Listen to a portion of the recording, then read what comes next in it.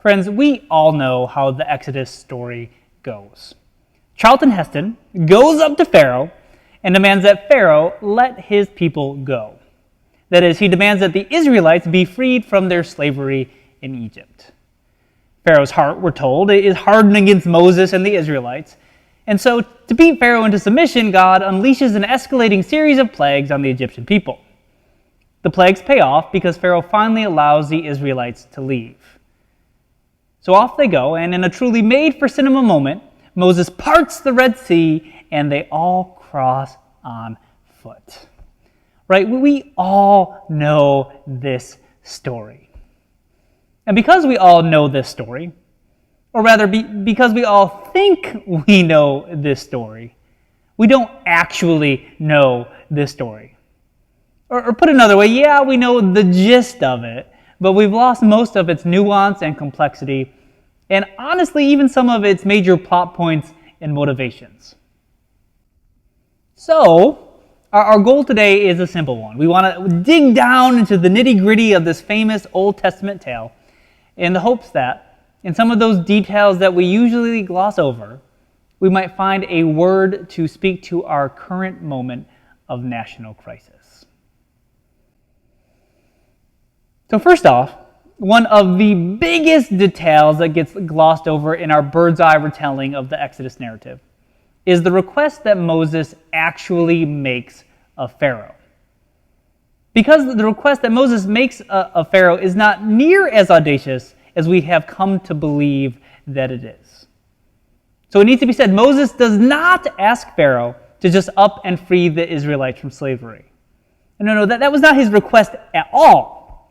What Moses wanted was permission to lead the Israelites into the wilderness for 3 days in order to hold a religious festival and make some sacrifices to God.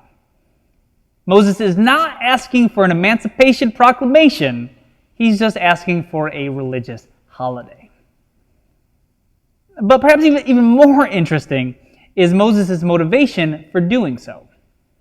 It turns out it isn't just a deep sense of religiosity that's prompting Moses here. It's not that he's just a super spiritual guy who wants to go off in the woods and do some super spiritual stuff. Rather, he approaches Pharaoh and makes this request because he is afraid for his life. You might not have caught it in the reading, but the rationale that Moses offers Pharaoh is this.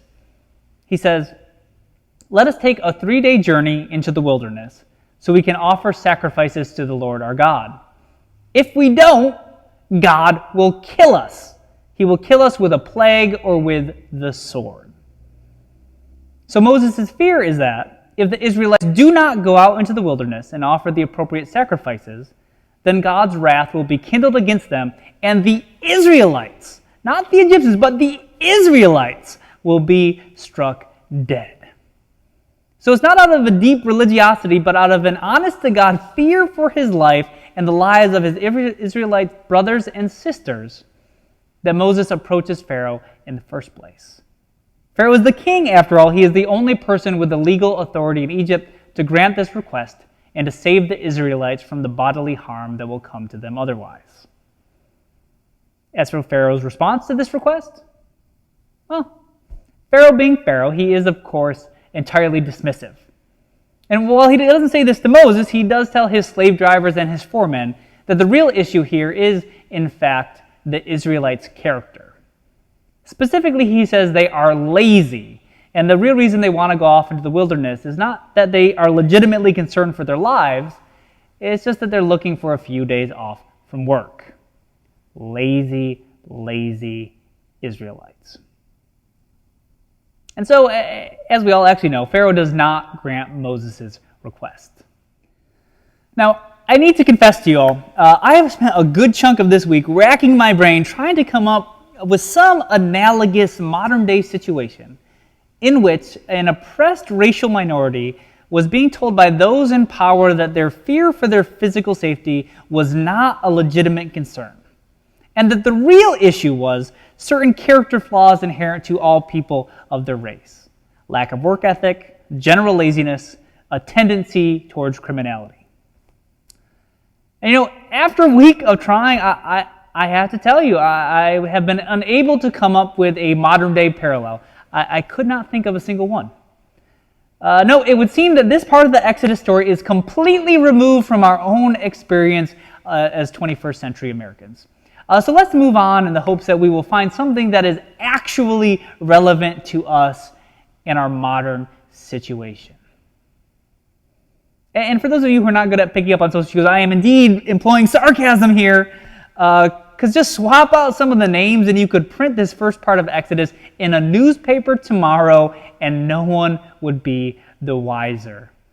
Just be on the same page here. This story has very clear parallels to our current moment, and we should listen closely to what this story has to tell us. So next up, I'd like to take a closer look at that plague that we read about, the plague of hail. This is the 7th of the 10 plagues that God unleashed on the Egyptian people. It was preceded by the plagues of blood, frogs, lice, flies, livestock, and boils, and was followed thereafter by the plagues of locusts, darkness, and the death of the firstborn sons. And let's be honest here, this plague gets overlooked because, quite frankly, it's not nearly as interesting as the others. Rivers of blood, frogs jumping up all over everything, that sort of thing. Hail is just an everyday meteorological phenomenon. But even though it's lacking in sex appeal, it offers us a good framework for understanding our current moment of national crisis. What I want us to take note of about this plague is two things. First, we note that this plague takes the very same format as all those that preceded it, in that it begins with a peaceful protest. That is its starting point. Moses approaches the government authority, Pharaoh, and tries to reason with him. For the 6th time, he says, "Let my people go to worship God in the wilderness." So that's what he's verbalizing, but Moses is really saying here is, Pharaoh, just do the right thing already. Do the just thing, the moral thing, the godly thing. We've already been down this road 6 times before. How much more destruction and death do you need to witness before you're willing to make a change? But again, Pharaoh is unmoved. He further hardens his heart against the cause of the Israelites. And so the next day, at God's behest, Moses raises his staff to the sky, and a great storm appears.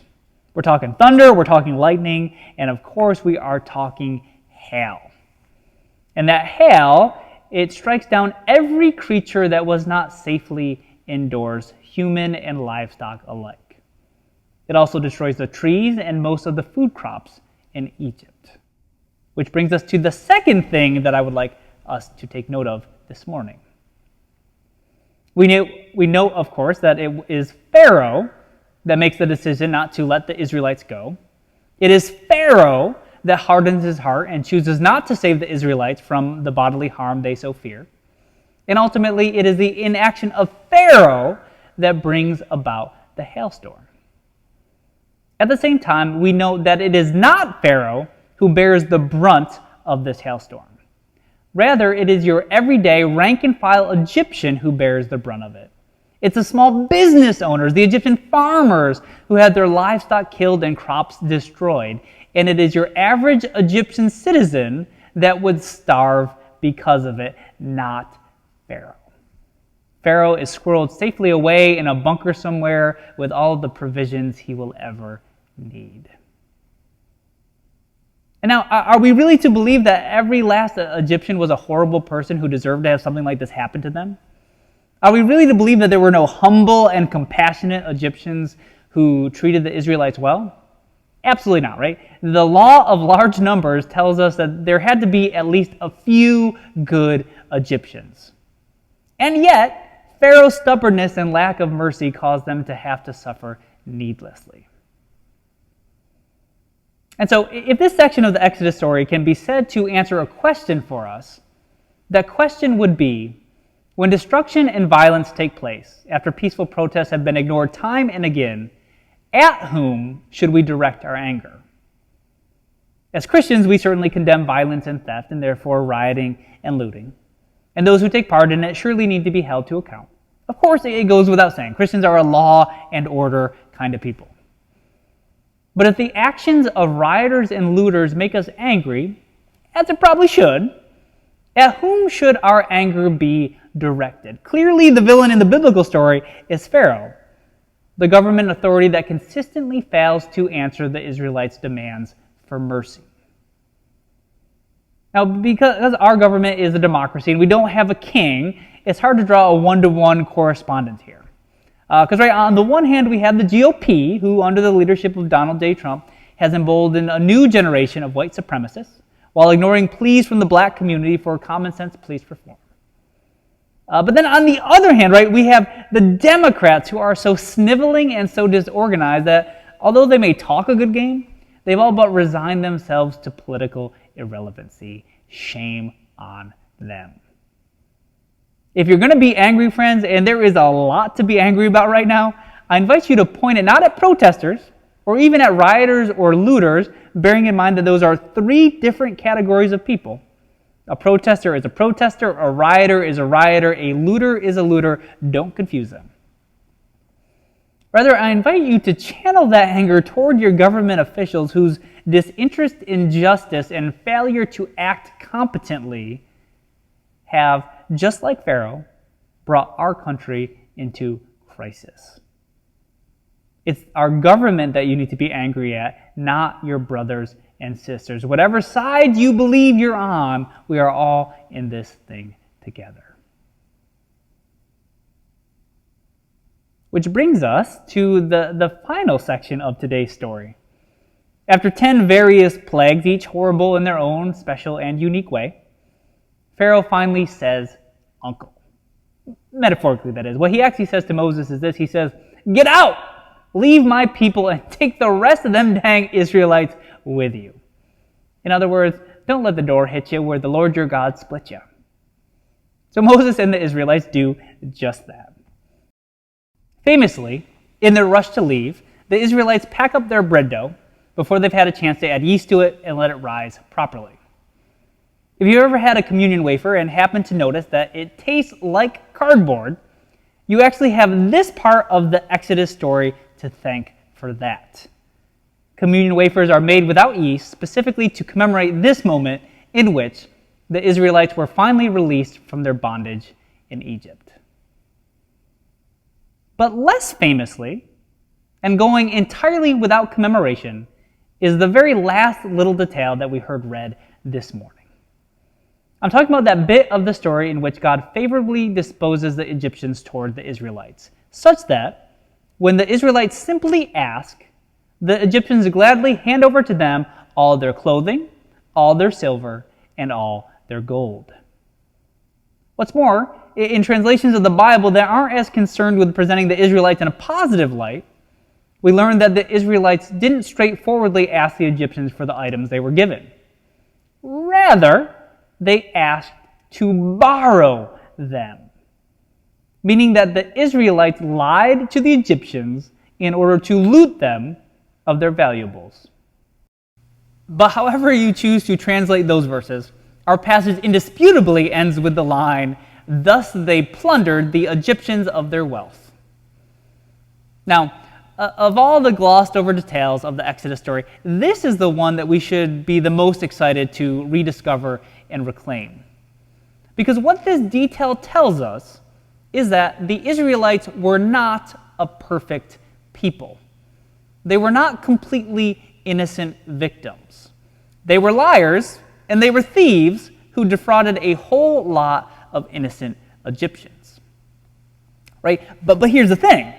In this story, their bad behavior and their lack of moral perfection in no way diminishes God's demand for freedom and for justice on their behalf. And if you didn't catch it, I'm going to say that one more time because this is a very big deal. Their bad behavior and their lack of moral perfection in no way diminishes God's demand for freedom and justice on their behalf. And we, God's people, we need to remember this part of the Exodus story perhaps more than any other. We need to remember this part of the Exodus story when, the day after another black man has been killed by the police, we hear a news report that in the 5th grade, he stole a classmate's pencil sharpener. And we will hear some version of that story because the media always goes looking for reasons to discredit these men of color and portray them as deserving of what has happened to them. And when that happens, the people of God need to remember this part of the Exodus story. Because this part of the Exodus story tells us that that man's bad behavior and lack of moral perfection in no way diminishes God's demand for freedom and for justice on his behalf. It in no way undermines the cause for which so many people are struggling, even as we are gathered here this morning. But that's not all. I'm going to take this one step further even, and I'm going to suggest that the people of God need to remember this part of the Exodus story every single time. Every single time that we gather together as a church community, be it in person or online, it doesn't matter. The people of God need to remember this part of the Exodus story because, it's the whole shebang, isn't it? It's the whole of the gospel message right here in the Old Testament. It's that gospel message that tells us we are more sinful and more flawed than we ever dared believe. And yet, at the very same time, we are more loved and we are more accepted in Jesus Christ than we ever dared hope. And standing in that undeserved love and acceptance, that unearned grace and forgiveness, how dare any of us?